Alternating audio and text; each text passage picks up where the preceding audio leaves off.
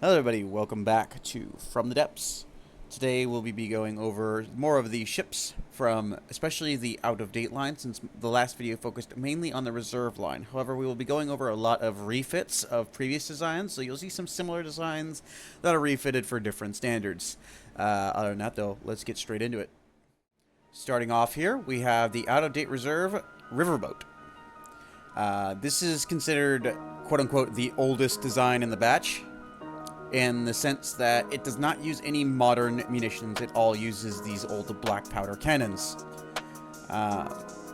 This one, it would be considered a design alongside that light freighter that was shown earlier. Has no flat cannons and just uses 2 swivel guns on the top, and then a bunch of side-mounted broadsiding 64 pounders. On the front for vision, it has a telescopic visual camera that'll follow any craft that it goes up to, and then on the back it has a laser rangefinder, so then when these rear cannons are engaging they get a better range, but also when we come alongside the ships it'll get a more accurate range for the broadsiding cannons. As you see with the design, I made it fairly compact. It's pretty stable, and it has a centralized funnel on it to show that it is a pseudo steamship. Going down the line, we have in the inside here, number 1, a singular repair bot, which is just to fix minor damage. It's because wood breaks so easy, and there's also a bunch of alloy panels, and those will just pop off under machine gun fire, so I figured might as well reinforce it, or give it a little bit of extra survivability. Ship we're looking at today. Okay. In the inside here, we have, besides the repair bots, we also have our PIDs to allow it to be stable.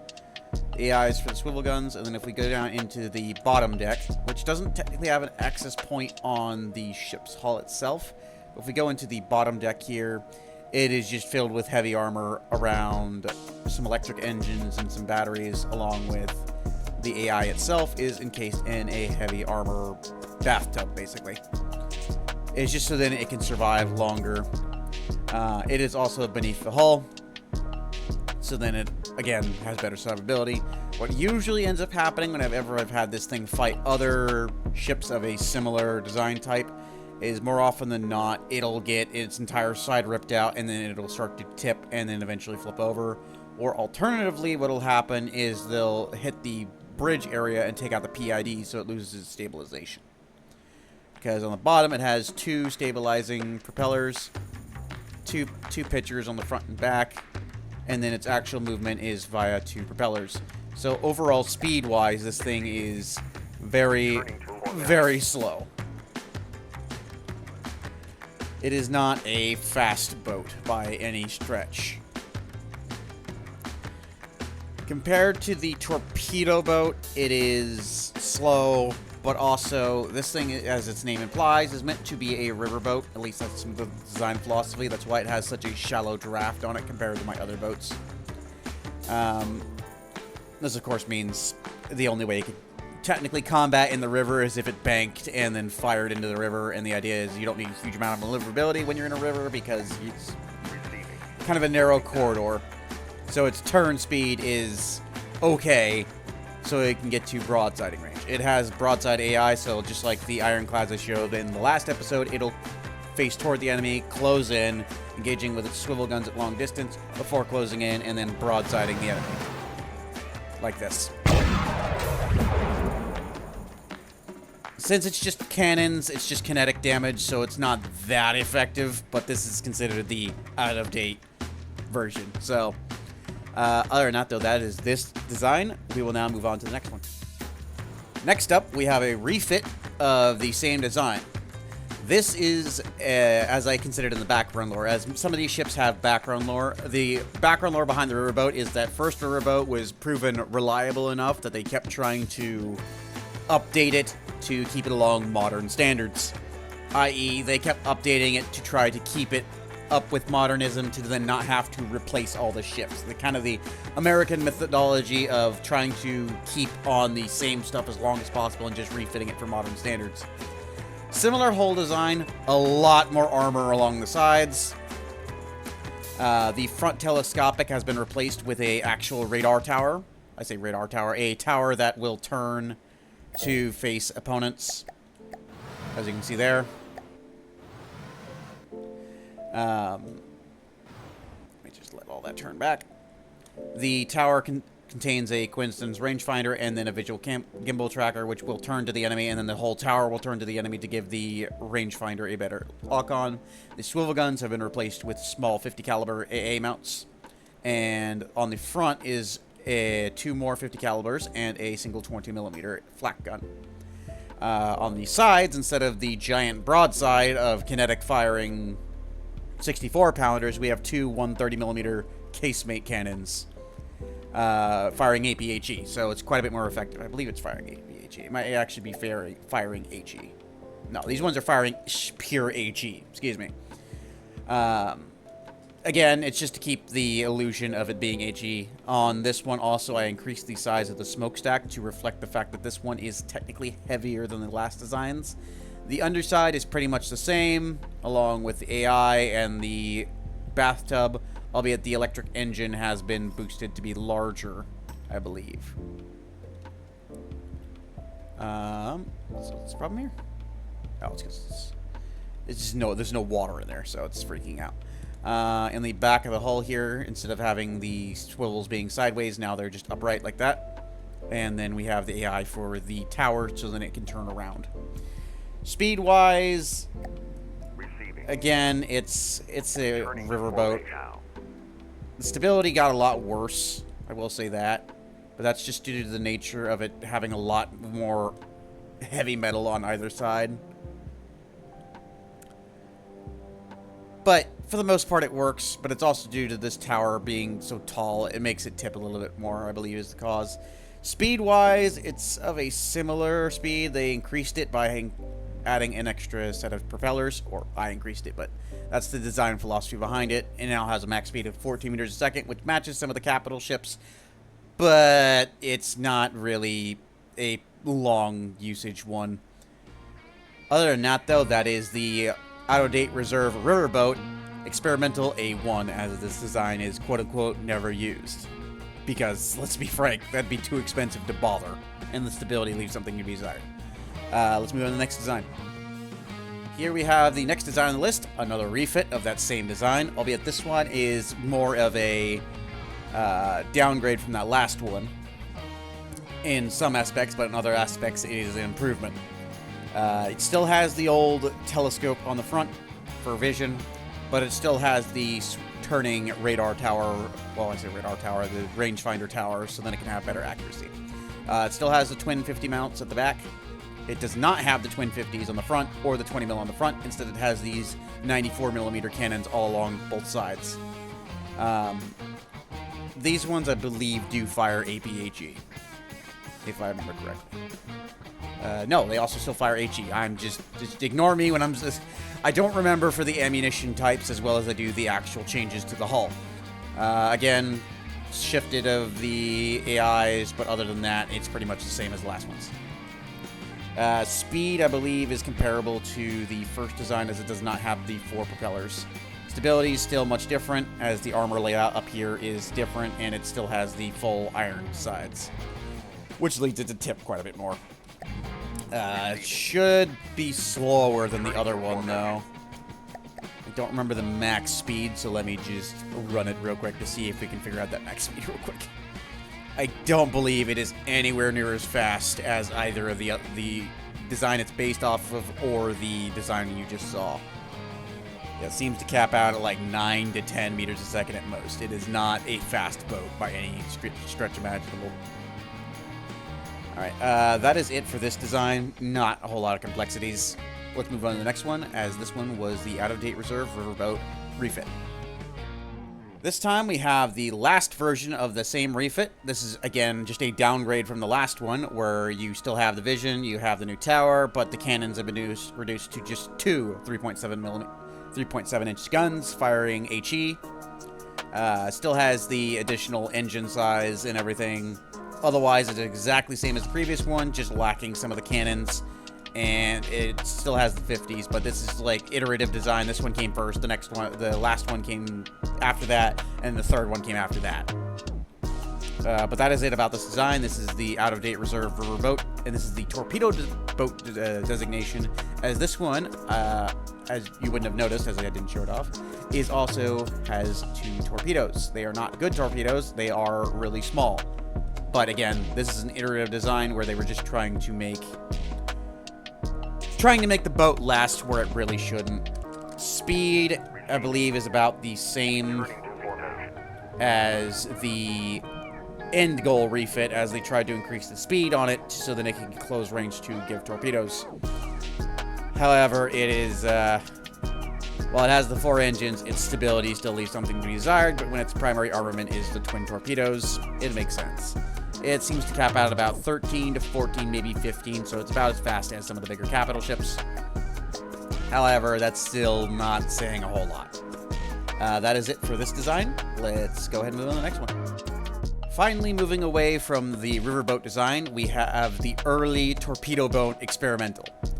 This would be considered the iterative design that came away from that old riverboat and the torpedo boat from before into a more modern ship.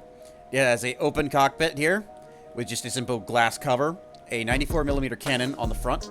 Let's get out of this mode. A 94mm cannon on the front, I believe firing AP. Yep, APHE. And it has a single short torpedo on the back. This thing is not stable by any means imaginable when moving or even sitting still because of its small size. However, it is just made to be entirely compact. I had to use hydrofoils to even keep it marginally stable, as beforehand it would just tip over when it did anything. As you can see, it bounces a lot, even when just doing a simple turn. It still just uses simple twin propellers, but because of its small size and lightweight, as this thing has basically no armor on it, it can go up to 16, maybe even 17 meters a second. So it's pretty fast, but this thing cannot take a hit. One shell will usually cripple it, and sometimes it'll even flip itself over if the weather's too bad. This is why it is considered the out-of-date reserve torpedo boat -E for experimental / export. The whole idea was that this was running alongside those same riverboats designs. They were just trying to prove that the riverboat was not the future. But that is it for this design. Let's move on to the next one. Next up, we have another refit. However, this is of the ironclad design, and it changed quite a bit more drastically than the others did.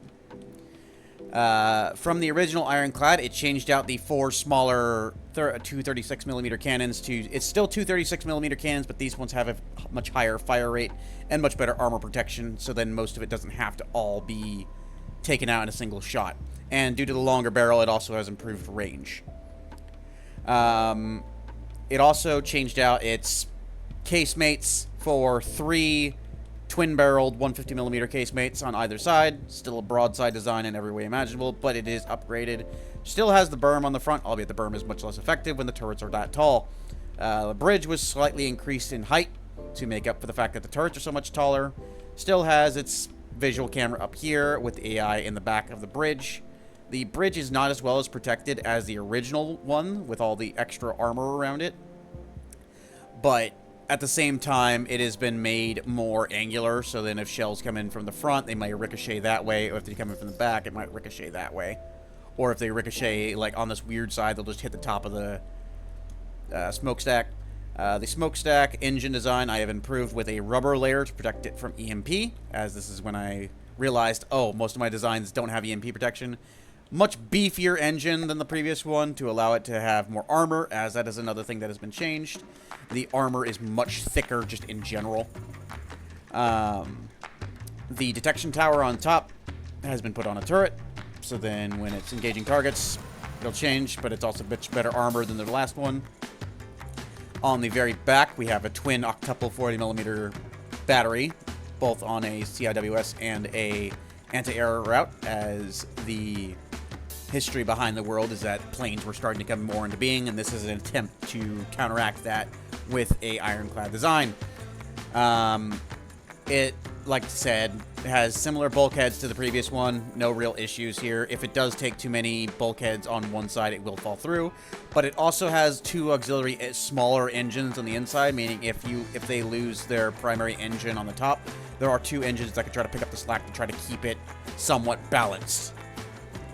Other than that, though, that is all the weapons and systems on board. This is the Ironclad refit.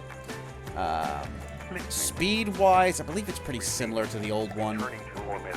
It just needed the stronger engine to maintain the increase in weight. As the ship was actually widened to accommodate the new casemates and the new cannons, so they're not just hanging over the side. Speed-wise, like I said, pretty similar. 14, 15, maybe 16 if you're lucky. But otherwise, that is the Ironclad refit. Moving on to the next design. Next up, we have the Siege refit of the Cram Ironclad. The Cram Ironclad still has all the additional casemates embedded in armor. However, it also traded out the twin cannon designs on the front and back for a single large cram in the front and back. In accuracy, still pretty nasty, but now instead of having its old like 8,000 explosive damage ones, this will do 21,000 explosive damage with near 8,000 kinetic damage, leading it to have an armor pen of about 2 meters. It's still not great armor pen wise, but this is still the age of Ironclad, so they're mostly going for a light pen and an HE explosion because, again, Ironclad age armor design where most of the armor is above the water surface and below it is just light alloy. The cannons have Quinson's rangefinders embedded in them to give them even better accuracy. They are much better built cram cannon wise. They are just a thick brick of pellets and packers and everything to do with cram cannons, as this is when I was figuring them out. Other than that, though, not much changed other than a slight change to the hull to accommodate the bigger cannons. Bulkheads are still pretty much the same, kind of lacking in this design, especially around the cram cannons themselves. Engine still in the hull. Speed is exactly the same from my testing. However, the firepower is much more interesting in the fact that it's 2 large siege cannons instead of the 4 broadsiding cannons. It still has the same broadside mentality, but it fires 2 big cram cannon shells to start the fight. The barrels on these cannons were also adopted, so then it's some recoil barrels and some elevation barrels just to allow it to angle higher. As it's a siege one, it's meant to hit castles and land structures. Other than that, though, that has been the siege refit of the Ironclad cram cannon. Still in the outdated reserve category. For our last design for this episode, we have a refit of the cram cannon Ironclad. This is the modernization effort refit of the cram Ironclad, where they completely replaced the cram cannons with twin 150mm light cannons. And on the casemate side, they replaced one on either side with 150mm dual cannons. They also added 4 of these 3.7-inch cannons on here to give it some extra additional accuracy against air targets and also just to give it a little extra firepower. Most of the rest of the design stays the same except for some slight armor additions in areas such as, instead of staying with the strict Ironclad design of all the armor on top, no armor on bottom, the bottom of the ship in strategic areas has been reinforced. The ammunition has been reinforced in the form of, like, it's a kind of just a box, as you can see, around the ammunition to protect it. Bottom of the engine has some armor plates. Bottom of the turrets has some armor plates. However, the rest of the bottom is still pretty lightly armored, but it's to prevent torpedoes from coming up underneath and just detonating it. Other than that, though, that is the modern refit. I will quickly just show it off with its shooting once, so you have a better understanding of its fire rate.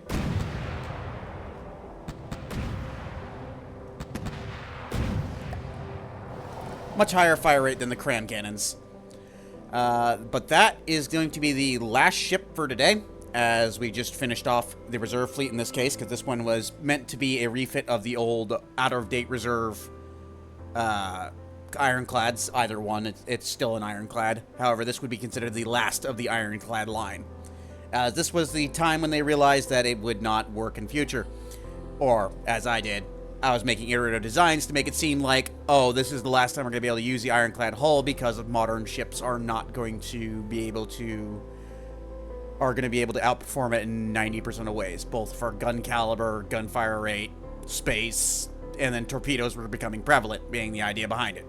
They already had those early torpedo boats, as you saw, but the ironclads could still counter them, and the fact that all they had to do was hit them once. But later ones in the next videos will show off, will better show off why the ironclad would fall out of favor. Other than that, though, that'll be all for today. Have a good one.